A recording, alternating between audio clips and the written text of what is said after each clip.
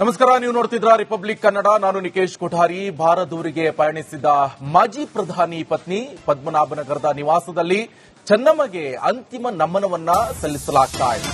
ಇನ್ನೇನು ಕೆಲವೇ ಕ್ಷಣಗಳಲ್ಲಿ ಹರದನಹಳ್ಳಿಯತ್ತ ಚೆನ್ನಮ್ಮ ಪಾರ್ಥಿವ ಶರೀರವನ್ನ ಕೊಂಡೊಯ್ಯಲಾಗುತ್ತೆ.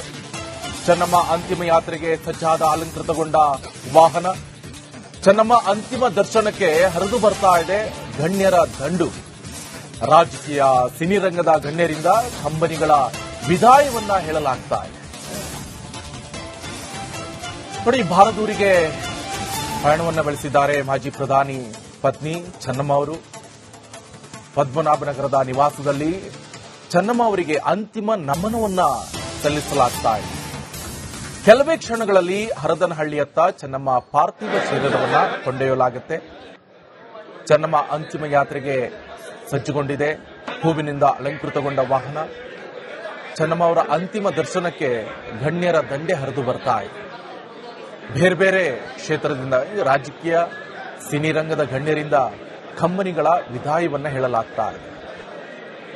ಸದ್ಯ ಈಗ ನೀವು ಕೂಡ ನೋಡ್ತಾ ಇರಬಹುದು, ಒಂದ್ ಕಡೆ ಅಂತಿಮ ಯಾತ್ರೆಗೂ ಕೂಡ ಸಜ್ಜುಗೊಂಡಿರುವಂತಹ ಹೂವಿನಿಂದ ಅಲಂಕೃತಗೊಂಡಿರುವಂತಹ ವಾಹನ, ಇನ್ನೊಂದು ಕಡೆಯಲ್ಲಿ ಗಣ್ಯಾತಿ ಗಣ್ಯರು ಹಾಗೆ ಅವರ ಕುಟುಂಬಸ್ಥರು, ಚಲನಚಿತ್ರ ನಟ ನಟಿಯರು ಎಲ್ಲರೂ ಕೂಡ ಬಂದು ಅಂತಿಮ ನಮನವನ್ನ ಸಲ್ಲಿಸ್ತಾ ಇದ್ದಾರೆ. ಜೊತೆಗೆ ಅಭಿಮಾನಿಗಳು, ಜೆಡಿಎಸ್ ಕಾರ್ಯಕರ್ತರು, ಸಾರ್ವಜನಿಕರು ಎಲ್ಲರೂ ಕೂಡ ಅಂತಿಮ ನಮನವನ್ನ ಸಲ್ಲಿಸ್ತಾ ಇರುವಂತಹ ದೃಶ್ಯವನ್ನ ನೀವು ನೋಡ್ತಾ ಇದ್ದೀರಾ ಪದ್ಮನಾಭನಗರದಲ್ಲಿ.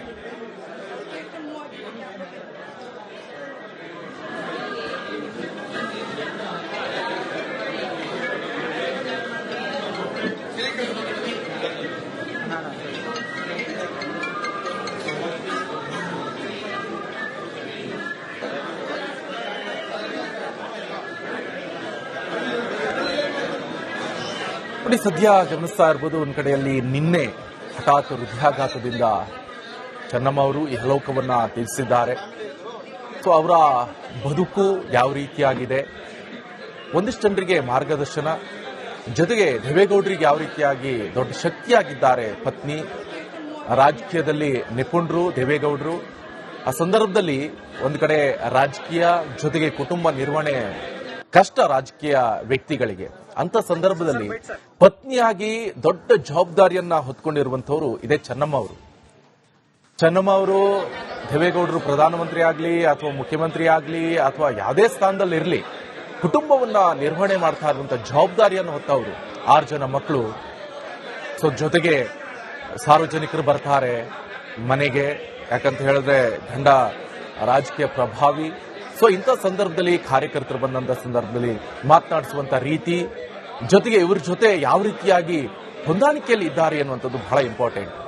ದೇವರ ಭಕ್ತಿ ಇರಬಹುದು, ಪಠಣ ಇರಬಹುದು. 1 ಗಂಟೆ ದೇವರ ಮನೇಲಿ ಕೂತ್ರ ಅಂತ ಹೇಳಿದ್ರೆ ನೀರು ಕೂಡ ಮುಟ್ಟಲ್ಲ ಅಂತ, ಅಷ್ಟೊಂದು ದೇವರ ಮೇಲೆ ಭಕ್ತಿ ಚೆನ್ನಮ್ಮ ಅವರಿಗೆ. ಚೆನ್ನಮ್ಮ ಅವರು ಇಹಲೋಕವನ್ನ ತೀರಿಸಿದ್ದಾರೆ.